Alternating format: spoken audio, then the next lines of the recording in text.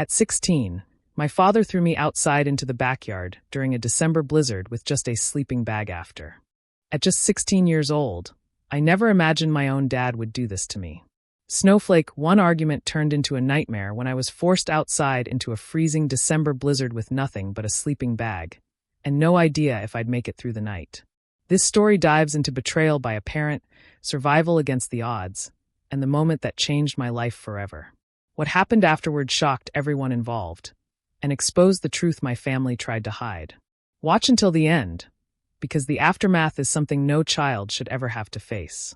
Backhand index pointing down, share your thoughts below. What would you have done? Hashtag true story, hashtag family trauma, hashtag emotional story, hashtag survival story, hashtag storytime, hashtag viral video, hashtag heartbreaking, hashtag teen stories. I'm Lawrence, 16 years old, and I'm currently living with my Uncle Joseph. I've been here a little over a month now, and it still feels weird sometimes. Waking up in a house where nobody yells first thing in the morning, where nobody calls me difficult before I've even finished a sentence. Joseph lets me keep my door shut, lets me pick what I want to eat. Little things. Nothing huge, but they feel like everything because I didn't realize they were supposed to be normal. To understand why I'm here, you have to go back to when everything at home started slipping sideways. I grew up in a small house in Minnesota with my parents, Mary and Jonathan, and my older sister, Cecilia. Minnesota winters? They don't play around, especially where we lived.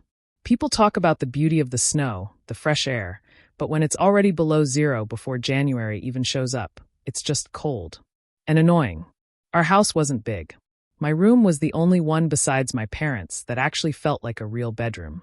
Cecilia's old room was small and oddly shaped, and the basement was basically a cement box with pipes sticking out. But I made my room decent. Posters, shelves, a warm blanket. My space. My sanctuary.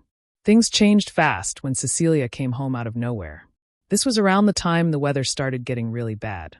The kind of cold where you don't want to be outside for more than a couple minutes. She just showed up in the doorway, 2 bags slung over her shoulder, and a baby bump that was definitely obvious. Big enough that even I, at 16, could tell she was only a couple months from her due date. No warning. No call. Just walked in like it was still her house. I expected Mom to freak out. Or at least ask what happened. Same with Dad. But it was like they'd been waiting for this exact moment their whole lives. They hugged her immediately, started saying things like, "Oh, honey, we'll take care of everything." And this must be meant to happen for our family. Nobody even asked about the baby's dad. Or school. Or what she planned to do now. It was like the baby washed away every mistake she ever made. And suddenly, she was perfect again. Meanwhile, I was standing there, watching. Mom grabbed Cecilia's bags and started talking about how the house needed to be rearranged to make space. Cecilia? She didn't look embarrassed or apologetic. She looked comfortable.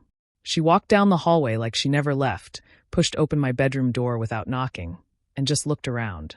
She didn't ask. She just said, "This room gets good light," and nodded like she was approving a hotel. The whole mood in the house flipped within the hour. They were talking about cribs, paint colors, moving furniture. And not one of them said a word to me. They acted like decisions were already made, and my opinion wasn't needed. Cecilia kept mentioning a nursery suite, and Mom clapped her hands together like it was the smartest thing she'd ever heard. My room was the only spot that made sense for a nursery. But the thing that hit me was they didn't even try to pretend they'd think about another option. The basement wasn't even brought up. Cecilia's old room? Totally ignored. At dinner that night, Cecilia sat in my usual seat. She didn't ask about school or anything going on with me. She just talked about the baby kicking and how tired she was. Mom and Dad looked at her the way I always wished they'd look at me. Warm. Patient. Excited. Later, when I tried to go to my room, Cecilia followed me right in, again without knocking. She pointed at my wall and said, "We'll need to paint over this. Not you, but we." Like I was part of the plan, even though I had no clue what the plan was. I didn't argue. I already knew how that would go. They'd twist it into me being selfish or dramatic. So, I just nodded and let her walk out like she hadn't just claimed the whole space. That was the night I started getting that feeling in my stomach. The kind you get before a storm hits. I didn't know how bad it was going to get, but I could tell something in the house had shifted in a way that wasn't going back. And I guess I was right, because that was the last week my bedroom was actually mine. Things went downhill fast after that. And the end of it is why I'm here at Joseph's place instead of under the same roof as the people who raised me. By the end of that week, Mary and Jonathan were treating Cecilia's pregnancy like a project with a deadline, and I was trying to stay quiet because anything I said got twisted into, "Lawrence is being difficult again." On Monday morning, Mom called for a family meeting. She actually said it like that, standing in the hallway with her hands clasped. Whenever she used that tone, I knew it meant they'd already made a decision, and the meeting was just them rolling it out like it was democracy. We all sat in the living room. The room is tiny, so we were basically knee to knee. Cecilia took the recliner like she owned it. Mom sat next to Dad on the couch, holding his hand like they were about to break some tragic news. I sat on the other end because there wasn't anywhere else to be. Mom started with, "Thank you all for being here," which made me want to laugh because we literally lived there and had nowhere else to go. She looked at Cecilia and smiled in this soft, rehearsed way, then at me with that tight expression she uses when she's about to tell me something I won't like. "We've been thinking very hard about how to make this home ready for the new baby," she said. "We want Cecilia to have a proper space to rest and prepare." Dad nodded like it was official business. "It's important the baby has stability from day one." I already knew where this was going, but I waited to hear them actually say it. Then Cecilia leaned forward and said, "My old room is too small for everything I'll need." Mary picked it up from there. "Which brings us to the decision. We think it makes the most sense for Cecilia to use your room, Lawrence. It's the only space that fits everything." They looked at me like they expected applause. I took a breath, tried to stay calm. "Why not the basement?" I said. "It's bigger than my room. It's unfinished." "Yeah, but you could wall off a corner and make it work." Dad shook his head immediately. "Impossible. The basement isn't suitable." "Okay," I said, keeping my voice even. "What about rearranging your room? Or maybe making a living room corner into a nursery? People do that all the time." Mom frowned like I'd insulted her. "The living room is a shared family space. It wouldn't be appropriate. And we need our room," Dad added. "Your suggestion doesn't make sense." Cecilia sighed loudly. "This is exactly what I mean, Mom. He's always like this. He can't just be supportive for once." She gestured at my posters like they offended her. "Look at this room. It's perfect for a crib and a dresser, and the window lighting is way better." I didn't even answer her. I looked at Mary and Jonathan instead. "You're really giving my room away?" Mary stiffened. "Nobody is giving anything away. This is about what the family needs right now." Dad leaned forward like he was settling a debate. "You're 16, Lawrence. Practically a man. You don't need a big bedroom to yourself. Cecilia needs it more." I tried one more time. "So where am I supposed to sleep?" That's when they showed their cards. Dad stood up and motioned toward the back door. "I've already prepared something for you," he said proudly, like he'd built me a cabin by hand. We followed him outside into the yard. Snow covered everything, and the wind cut straight through my jacket. He pointed near the fence where a tent sat, half buried in frost. Next to it was a sleeping bag in one of those cheap plastic bins you buy on clearance. "There," he said. "Your temporary setup. It's simple but effective. Gives you privacy, too." I stared at the tent, trying to figure out if he thought this was reasonable or if he was messing with me. "You're putting me outside in this weather?" "It's not permanent," Mary said quickly. "Just until the baby arrives and we get settled." Cecilia crossed her arms. "Honestly, you're acting like a martyr. Tons of people camp all the time. And you have a sleeping bag. You should at least appreciate that." Appreciate that, a tent in a Minnesota winter. I looked at Jonathan again. "You're actually serious." He frowned like I'd insulted him. "This attitude is exactly why we struggle with you. We offer you a solution, and you act like we're throwing you to the wolves. You should be proud to help your sister. You should feel honored. Honored to sleep in a tent behind my own house." That's when it clicked for me. They weren't bluffing. None of this was a joke or a punishment they'd take back once I reacted.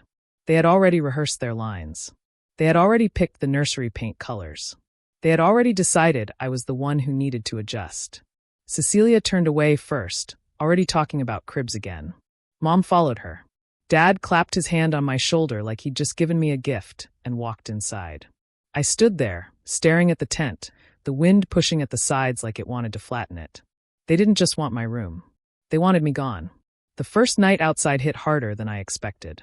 I already knew the cold was bad, but Minnesota during a polar vortex isn't something you can explain to people who haven't lived through it. The air feels sharp. Your eyelashes freeze. Even walking from the house to the backyard takes effort because the wind pushes at you like it wants you gone. Dad told me to get settled before dark. So, I went out back with the sleeping bag and the cheap tent he left for me. The snow in the yard was past my ankles. I had to stomp a flat spot just to get the tent to stand up. My fingers were already going stiff, making it hard to clip the poles in place. Every time the wind hit, the tent bent like it was going to snap in half. It wasn't even a winter tent, just some thin nylon thing meant for warm weather camping. You could see light through the seams. I didn't have a lantern or anything, just my phone. And even with gloves on, I could feel the cold sinking through the fabric every time I touched something metal. By the time I crawled inside, the tips of my fingers were burning and then immediately losing feeling. The sleeping bag was supposed to be all season, but whoever put that label on it definitely never used it in Minnesota. From inside the tent, everything sounded louder. The wind hitting the nylon made this constant flapping noise that never settled down. Around 8 or 9, hard to tell since the sky was already pitch black, I heard the house door close. Then the click. The deadbolt. That sound traveled through the yard like someone snapping a twig. It didn't echo. It just hit once and stuck in my head. That was the moment it really sank in. They had locked me out. Intentionally. Not an accident. Not a misunderstanding. They didn't want me in the house. They made sure of it. Inside the sleeping bag, the cold still reached me. My breath kept fogging up in front of my face, and then freezing on the inside of the tent wall. When I touched it by accident, flakes came off like crushed ice. I pulled my knees up to my chest to try to keep warm, but my toes started to go numb pretty fast. My phone battery dropped from 70% to 30% within an hour because the cold drains it. I tried tucking it near my abdomen to keep it warm, but it didn't help much. My old bedroom window faced the backyard. When the wind shifted and blew the branches aside, I could see straight in. The lights were on. Cecilia was in there, already acting like it belonged to her. She had a paint roller in her hand. A whole bucket sat open on the floor. She was covering my poster wall with some pale color, probably the soft shade Mom mentioned. She didn't take the posters down first. She just painted right over them. I watched her toss some of my things into a trash bag like they were clutter. The longer I watched, the stranger it felt. It wasn't just losing the room. It was watching someone erase it in real time while I sat in the snow a few yards away. At one point, she stepped closer to the window, looked out toward the yard, and made a face. She said something to Mom, who walked into the room. I could hear faint bits of their voices when the wind paused. "It just ruins the whole view," Cecilia said. Mom moved the curtain aside. "He'll adjust," she replied. "Don't let it bother you." Cecilia shook her head. "It's weird. He's right there. It makes me feel judged. Judged by me, the person freezing in a tent because she wanted my room." I pulled the sleeping bag tighter, but it didn't help. The cold was inside it now. My fingers were tingling, then going numb again. My breath felt heavy, like the air was trying to slow me down. Every time I moved, the bag let in another swirl of cold air. For a while, I stared at the house, lit up warm, with everyone inside acting like nothing was wrong. I kept thinking maybe someone would check on me. Maybe someone would crack the door open and say, "Come inside for a minute." But the house stayed bright and busy without me. By the evening after the second night outside, I still hadn't warmed up. I'd gone to school exhausted, thawed out a little during the day, then came home to the same tent, waiting for me like some kind of punishment box. The polar vortex hadn't eased up at all. The wind was even louder. Snow kept blowing sideways across the yard, piling against the tent walls. My hands shook just trying to zip it open. I heard a car pull into the driveway while I was struggling to straighten one of the tent poles. At first, I thought it was Cecilia coming back from whatever errands she'd invented, but the engine didn't sound like her car. Then the front door opened, and I heard a familiar voice. It was Joseph. My Uncle Joseph. He wasn't expected or anything. He just showed up to return a small heater he'd borrowed, the kind with the handle on top. I could hear him greeting Mom through the walls of the house. His voice carried better than theirs. "Got that heater for you," he said. "Thought I'd drop it off before it gets worse out there." Mom acted cheerful. Almost too cheerful. "Oh, Joseph, you didn't have to come tonight. It's freezing." "Yeah, well," he said, "that's why people need heat." I heard him laugh a little, but it sounded confused, not happy. Something in his tone made me pause. Inside, they were all acting like it was a normal night. I could hear the TV, the clinking of dishes. It was so bizarre to hear regular home noises while I was out in the yard, trying to stop the tent from collapsing. Then, Joseph's voice again. "Hey, where's Lawrence?" "His shoes are by the door." Cecilia answered before either of them. "He's out back being dramatic in his tent." She said it like she was describing a kid pretending to run away with a stick and a bandana. You could hear the eye roll in her voice. Joseph didn't respond right away. I imagined him turning to Mom and Dad for clarification. "He's what?" he finally said. Mom spoke next, trying to sound casual. "It's temporary. He's giving Cecilia some space. He's fine." Joseph didn't buy it. I could tell by how quiet he went. He wasn't the type to ignore things that didn't make sense. A moment later, the back door opened. He stepped out onto the porch, and even from across the yard, I heard him suck in a breath. "What the hell?" he muttered. He walked through the snow toward me. The porch light threw a long shadow behind him.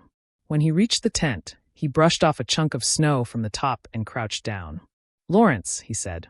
"You in there?" I tried to answer, but my voice came out weak and shaky. "Yeah." He unzipped the tent himself when he realized I wasn't moving fast enough. The cold light hit my face, and he stared at me like he was trying to figure out if he was seeing right. "Jesus, kid," he said. "Why are your lips that color?" I tried to shrug, but my arms didn't want to work. "It's just cold." He reached in and touched my hand. I heard him swear under his breath. "You're freezing. How long have you been out here?" "Since the night before last." His face changed instantly. Not angry yet, just shocked. "And they left you out here in this?" I couldn't answer properly. My jaw was trembling, and my thoughts felt sluggish, like they were moving through thick mud. Joseph didn't wait. He helped me crawl out of the tent, supporting most of my weight, because I couldn't stay steady. "We're going inside," he said firmly. But when we got to the back steps and he opened the door, Dad was standing right there like he'd been waiting for us. "What are you doing?" Dad asked, blocking the doorway. Joseph's voice stayed steady. "He's half frozen, John. He's coming inside." "No," Dad said. "He needs to learn something from this. It's building character." Joseph stared at him like he couldn't believe the words came out of his mouth. "Building character?" He's shivering so hard he can barely stand. Mom stepped up behind Dad, wringing her hands. "It's temporary, Joseph. He'll be fine. You're overreacting." Joseph turned toward her. "He's showing signs of hypothermia." Cecilia joined in from the kitchen. "Oh my God, he's not dying. He just doesn't like being told no." That's when Joseph lost whatever patience he'd been holding on to. He stepped forward, his voice low and sharp. "You evicted a 16-year-old into a polar vortex to make room for a nursery. Do you hear yourselves?" Dad straightened his shoulders. "This is our family business. You don't get to interfere." Joseph didn't argue. He didn't push. He didn't shout. He just looked at them all one more time like he was checking to see if any of them were going to come to their senses. None of them did. "All right," he said finally. "Then he's coming with me." He turned away from the door, tightened his grip around my arm, and walked me across the yard toward his truck. He opened the passenger side, helped me in, and reached over to blast the heat to max. The vents roared warm air across my face, making my skin sting. As soon as he shut the door, he cranked the heat to full blast. Then he pulled out his phone and started dialing. "Hang in there, Lawrence," he said. "I'm calling 911. The dispatcher told him to keep driving and meet them at the hospital." I leaned back against the seat, my teeth still chattering. Through the window, I could see the house, warm, lit up, comfortable. And for the first time, I understood completely. There was no point arguing with people who had already decided I didn't matter. I don't remember much of the drive to the hospital besides the heat blasting in my face and Joseph telling me to keep my eyes open. The closer we got, the more everything felt blurry, like my brain was lagging behind my body. When we finally pulled into the ER entrance, he ran around to open my door and basically half-carried me inside. The nurses moved fast once they saw me. One of them guided me into a room, while another brought out a stack of heated blankets. The warmth felt painful at first, like pins pressing into my skin. They slid a thermometer under my tongue and checked my hands, looking at how pale they were. "Your temperature is low," one of them said.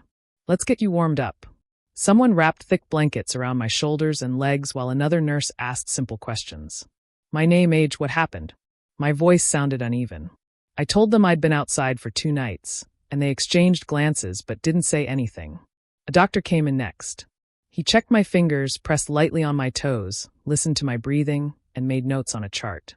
Cold stress injuries, he said to a nurse. Keep the warm 4 going. They put a warm 4 line in my arm, and the heat spreading through my veins felt strange but comforting. My shivering slowed down a little. Joseph sat in the corner of the room, watching every step like he didn't trust anyone to miss something important. A little while later, a police officer came in. He was calm, not intense or anything. He pulled up a chair next to the bed.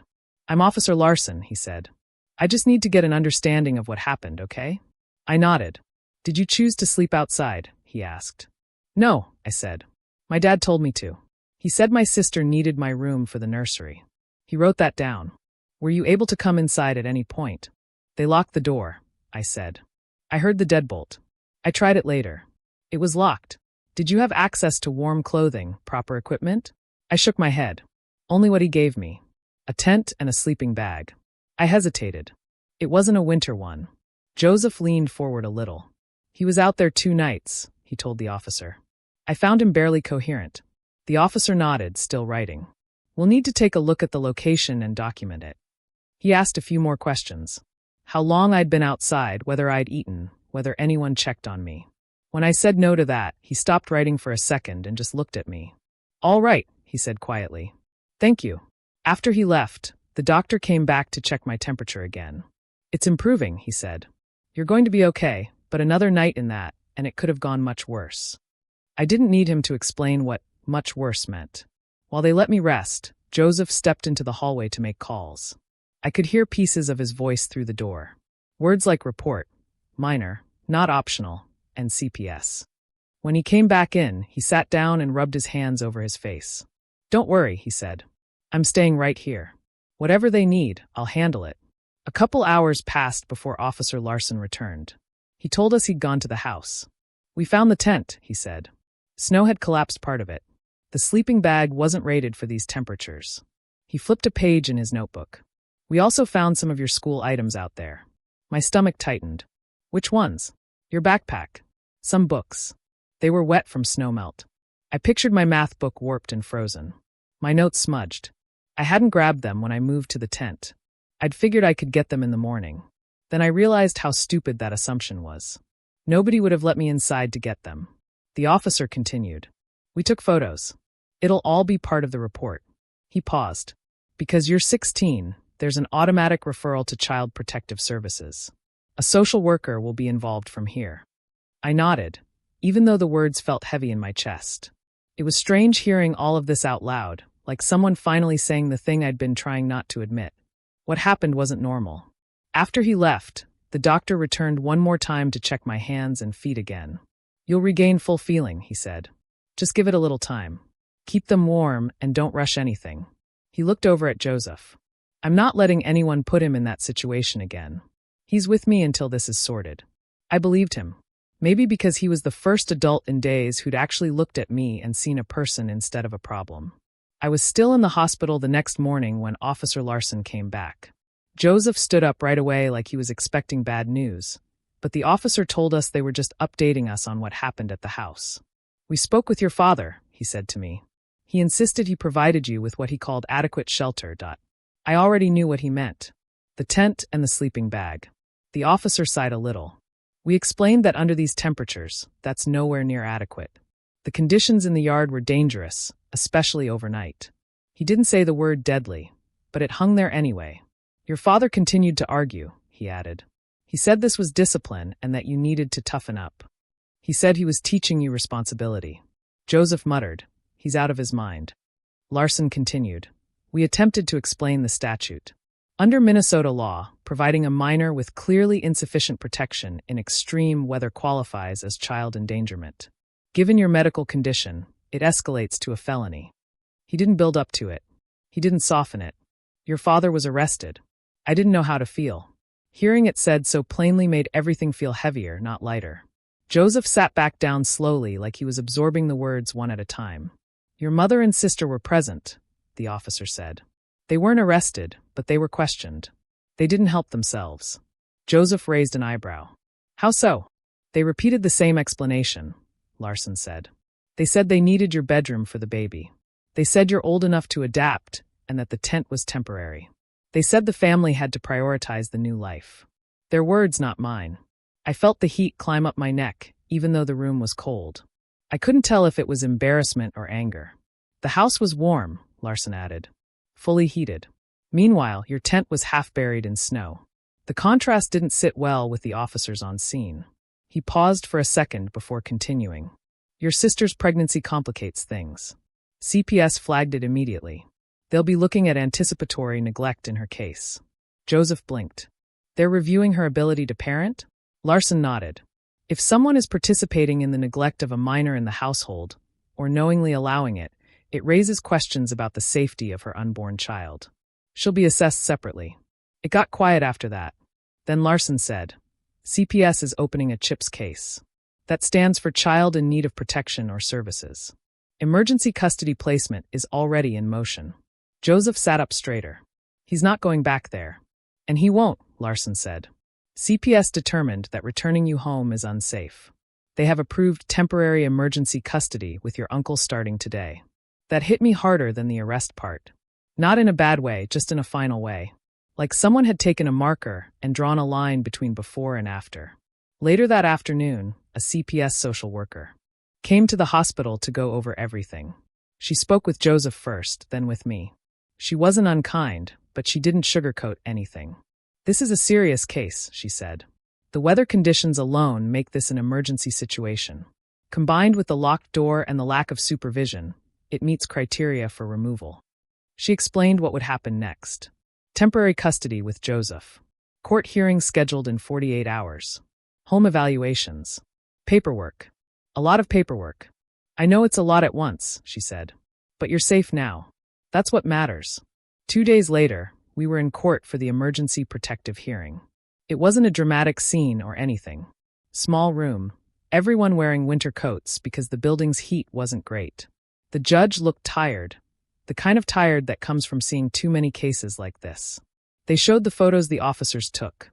The tent sagging under snow, the frozen sleeping bag, the house lit up warm behind it.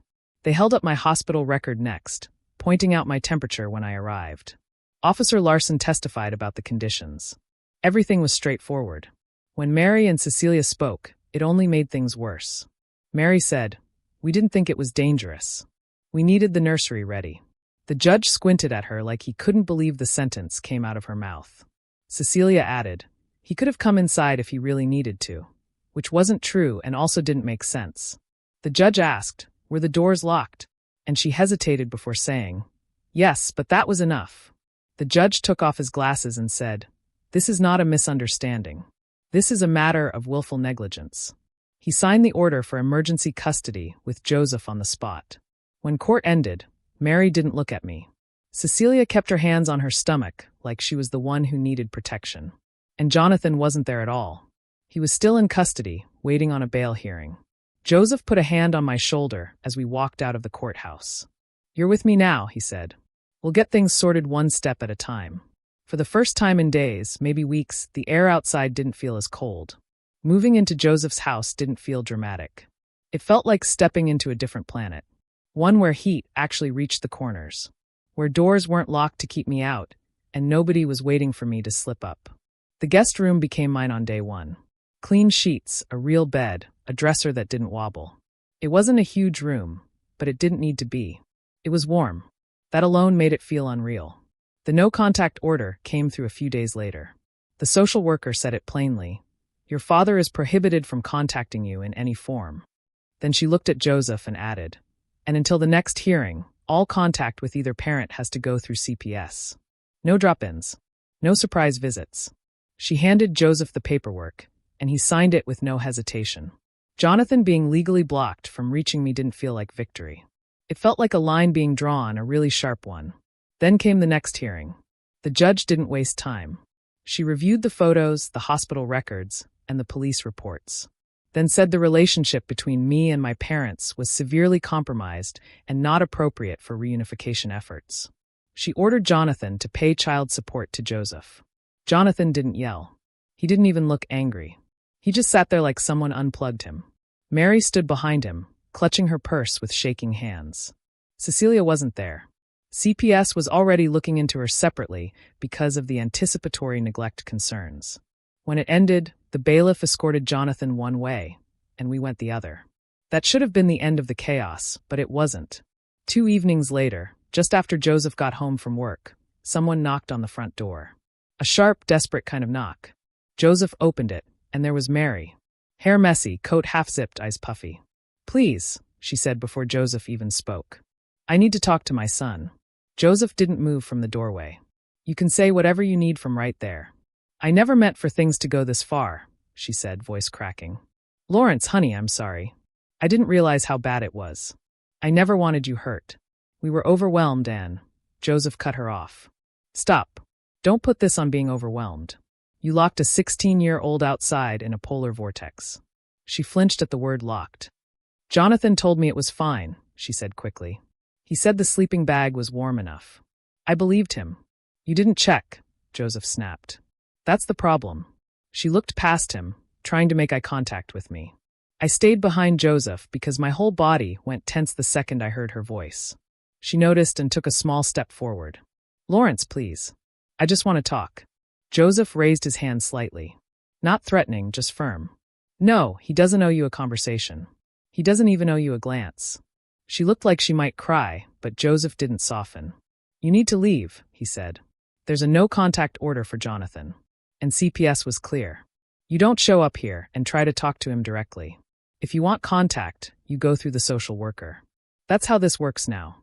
"You came here without clearance," Joseph said. "That's all I need to know."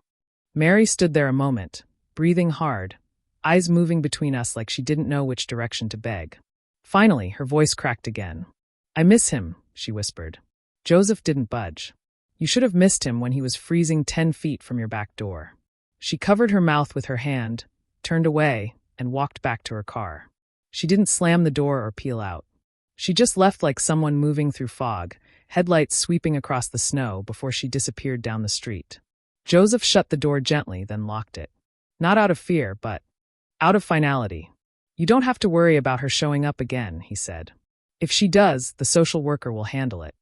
I nodded, even though my heart was pounding. Not from fear, just impact. After that, the house settled again.